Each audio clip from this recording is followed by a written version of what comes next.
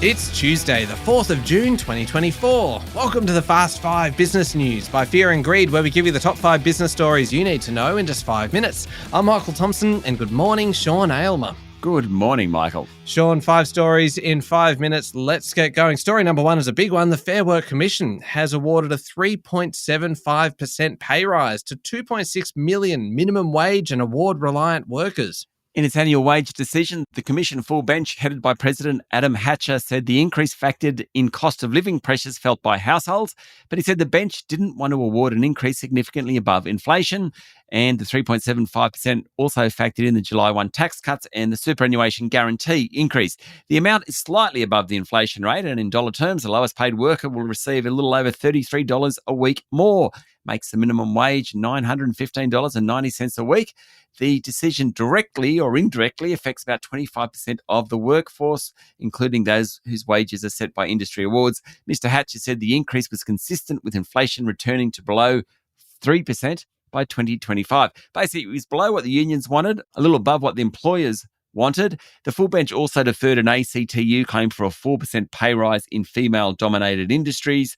The Commission will undertake a study to address gender undervaluation, particularly in those sectors where women make up most of the workforce. Sean, what was the reaction like to the decision yesterday? Generally, it was pretty good. The federal government has always pushed for an increase, at least in line with inflation. That happened. Economists predicted anything more than 4% would be bad. That didn't happen. Small business communities weren't so good. Even the employers weren't too worried about this one, Michael. So I'd say it probably treaded that fine line pretty well. Seems like most gave it a pass mark. All right, on to story number 2. Sean, Treasury Secretary Stephen Kennedy yesterday gave what you describe as a pretty solid defence of the tax system, saying he's quite comfortable with the current corporate tax rate and Australia's reliance on income and company tax rates. Mr. Kennedy said in light of current circumstances, the company tax rate is appropriate. He also wouldn't be drawn on whether last month's budget was expansionary or contractionary, but said the budget was consistent with inflation returning to target. The Treasury Secretary was in front of Senate estimates. He said there's a range of factors contributing to the shortage of housing, including COVID-19 related bottlenecks and high inflation. Not helping has been a lack of essential infrastructure in some greenfield sites and a shortage of skilled labour. Mr. Kennedy also warned that the March quarter economic growth figure due out tomorrow will be very weak. Story number 3. This is fascinating, Sean. The federal government has ordered some offshore shareholders of rare earths hopeful Northern Minerals to sell down their stakes because it isn't in the national interest. I've got the Financial Review to thank for explaining this one to me. Northern Minerals mines 2 little-known minerals, dysprosium and terbium. They're used in the production of high-performance magnets, batteries and defence equipment. Chinese businessman Wu Tao bought a 9.9% stake in the company and then a couple of years ago tried to up it to about 19.9%.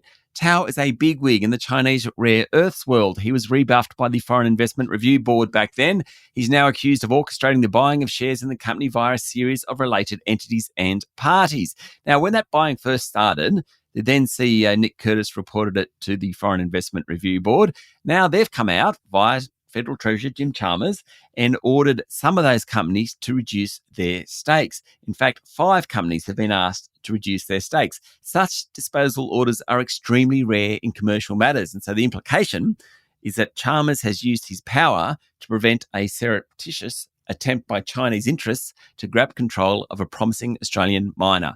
Fascinating story. Yeah, it sure is. Story number 4. This is a bit alarming, this one. New research from the corporate watchdog shows that 5.8 million Australians have struggled to make loan and debt repayments in the past 12 months. That's nearly half the population with a debt. The top reasons people fall into debt are cost of living pressures, reduced income and unexpected expenses.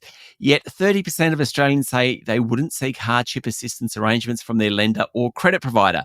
In fact, they'd rather sell stuff or get a second job. The main reasons people don't seek help from their lender, according to the Australian Securities and Investments Commission, is anxiety and stress, shame or embarrassment, lack of awareness, and not knowing where to go for help.